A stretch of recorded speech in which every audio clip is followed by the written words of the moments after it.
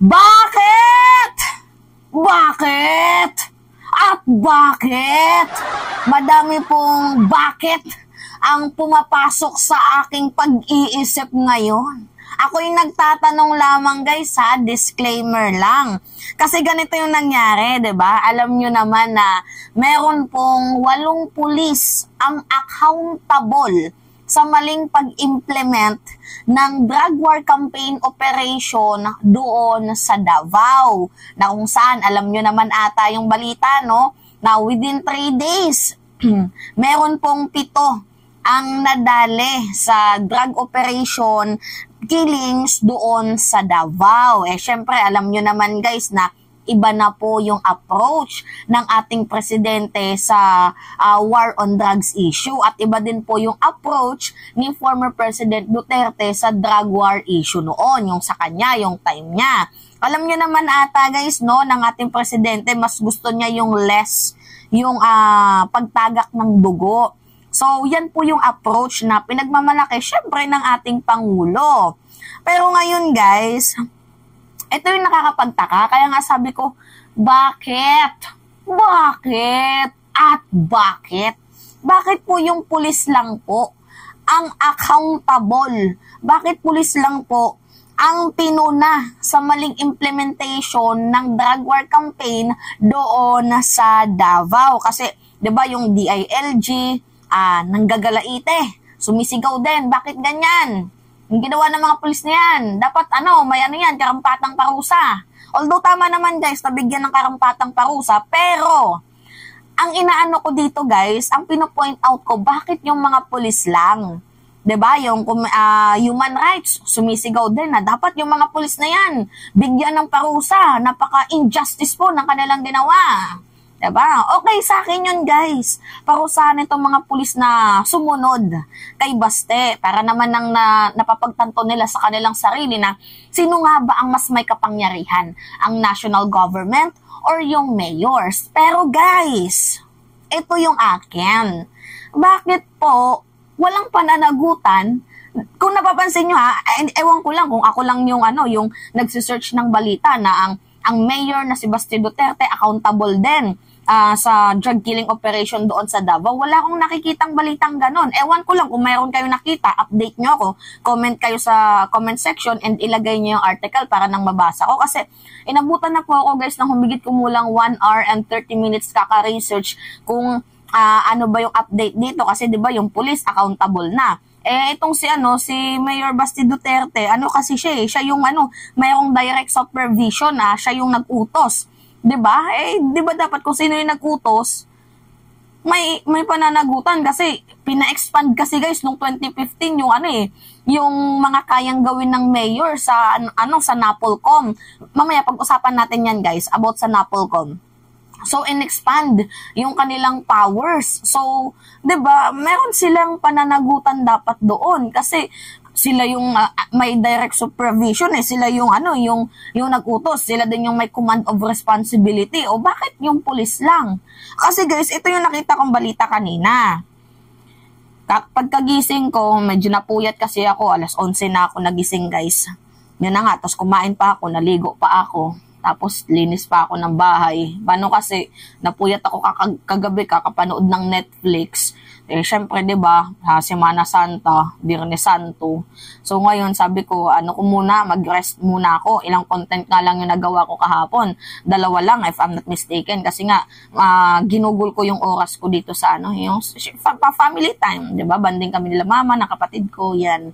So ngayon, ito yung balita.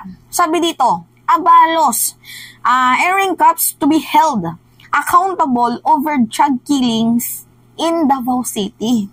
'Di ba guys, yun na nga yung pino-point out ko na bakit yung mga pulis lang? 'Di ba? Sino ba yung nag-implement niyan? Sino ba yung nagsabi na ito yung papatayin daw, mga ganyan-ganyan? Sino ba yung nagsabi niyan? Tingnan nyo pakinggan nyo itong sinabi ni Baste. Pakinggan nyo Ba't ang hina ng loading? Spona ko dire, hindi mo muhawa, hindi mo undang, at yun tamo. O, diba? Ito ang babala ni Davao Davao City Mayor Sebastian Baste Duterte sa mga durugista sa kanyang lungsod. Sinabi ito ng alkalde sa turnover ceremony ng bagong hepe ng Davao City Police Office noong Biyernes. Kasunod yan ng anyay pagtaas ng bilang ng mga gumagamit ng iligal na droga sa lungsod. Papatayin din daw ni Mayor Baste ang mga nagbebenta ng droga kung hindi aalis sa Davao City. Dili ka for nga madaot ang family, ang mga community tungod lang nga na for your selfish venture.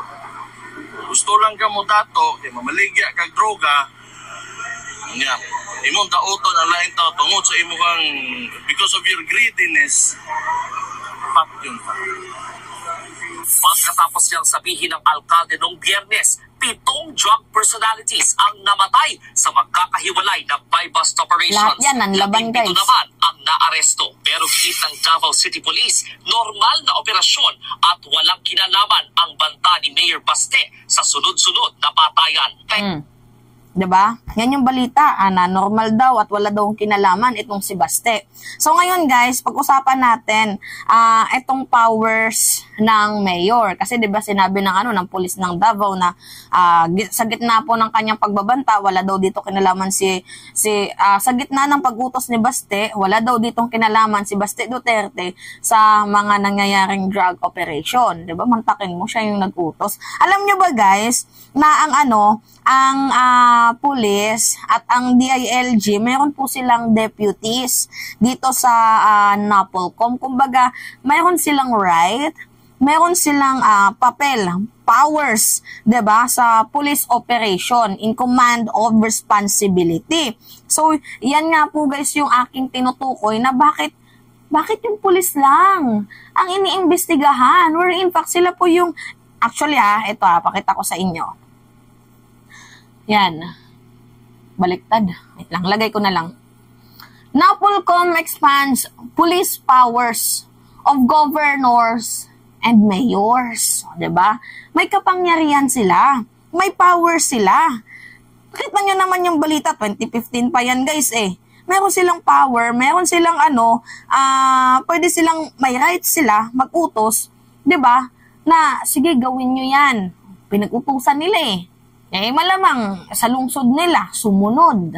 Tapos ngayon na nagkakaaberya na, nagkakatanggalan na, bakit yung pulis lang? Kawawa naman yung mga pulis na yan actually guys, sa totoo lang walang mamamatay kung walang nag-utos na pumatay. 'Di ba? Walang walang nakatagak nagdugo, nakahandusay sa kalsada kung walang nag-utos. Kasi guys, yung pulis, sinunod lang naman po ang utos ni Baste. Pero lesson learned na din yan guys sa mga pulis na susunod pa sa utos ni Baste Duterte. Kasi ang sinasabi ko sa inyo guys, ito na nga, sino yung mas masusunod? National government or yung mayor nyo? Sino yung mas nakakataas? Diba? Pero okay, alam naman natin, siguro lesson learned na din yan sa mga pulis na hindi na nila susundin itong si Baste Duterte. So ngayon, the point here is, diba, bakit yung mga pulis lang? Pag napatunayan niya na, syempre, diba, sabi nila lahat daw nanlaban. Pag napatunayan na hindi naman pala nanlaban, wala naman palang pumutok na, diba, gun para masabing nanlaban. Or di kaya something else na gawa-gawa lang nila. Pag napatunayan yan, kasi syempre, si Baste yung nag-utos niyan, magiging jobless itong mga pulis na to kasi under surveillance sila diba, iniimbestigahan sila. So ngayon guys, bakit yung mga pulis lang? Alam nyo ito, isa to sa mga powers ng ng mayor, ng alkalde. Sabi dito, as NAPOLCOM deputies, governors and mayors are also authorized to oversee the implementation of the Provincial Public Safety Plan in their capacity as Chair of Provincial Police. Diba? As a Chair of Provincial Public Safety Police. Diba? Guys, bakit? Dami ko ng bakit. Bakit yung mga nga lang? Yung mga pulis nga lang, sino nga ba yung nag-implement? O, diba, sabi nga dito sa NAPOLCOM na ang governors or mayors daw ay otorisado na mag-implement implementation dito sa Provincial Public Safety Plan. 'Di ba? At ito yung malala guys ha. City and municipal mayors are empowered to exercise operational supervision and control over the PNP units in their respective jurisdiction. See? May powers sila. Ang lakas ng ng mga alkalde, no? Ang lakas ng kapangyarihan nila. To the point na pwede din silang pumili ng hepe. Kagaya nga nang nangyari doon sa 'di ba? After ng turnover ceremony ng panibagong hepe doon sa Davao, pinag-utos din ni Baste Duterte na ito sige ganito ganyan. O magtegi kayo, syuktein nyo yung mga ganyan-ganyan, 'di ba? Ito namang hepe na to, pasikat to the max din. Alam nyo guys, kaya hindi ako satisfied sa mga sabi-sabi na nanlaban kasi alam nyo sa panahon ni Digong, nawala yung nagkaroon ako ng trust issue kasi, 'di ba, sabi, nanlaban daw. Pero meron pong mga specific na scenario, totoo, meron din naman mga nanlaban. Pero mostly sa mga nanlaban is, lang nila, gawa-gawang kaso. Kasi ang gusto nila, magkaroon ba sila guys ng tinatawag na ranggo, 'di ba? Para mapataas ang kanilang ranggo, nagpapasikat sila. So ginagamit nila yung kababayan natin na mga nakatsinelas, mga maliliit na tao.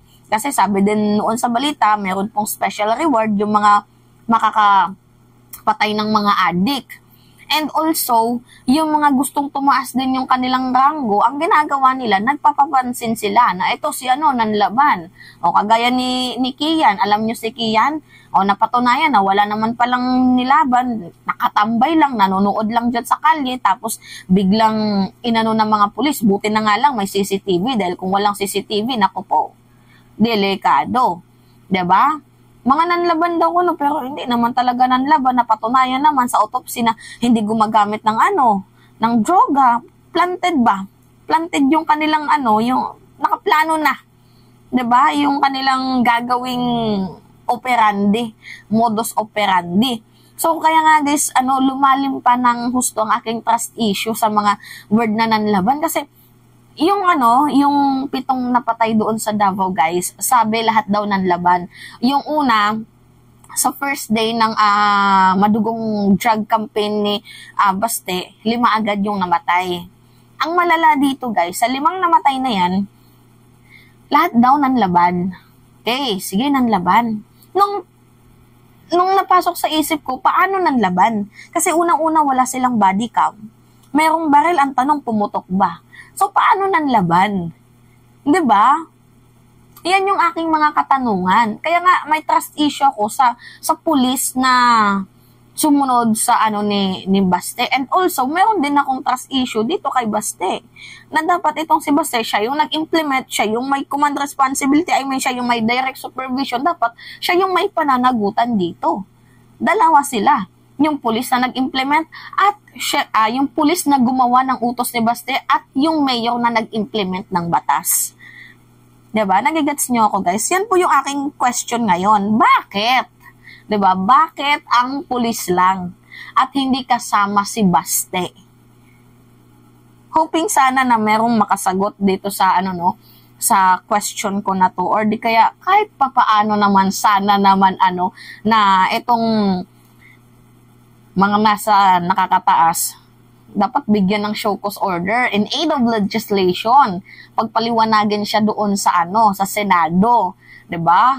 Para naman, 'di ba, mayroon ding panibagong batas na magawa para sa ating mga kapwa Pilipino in aid of legislation.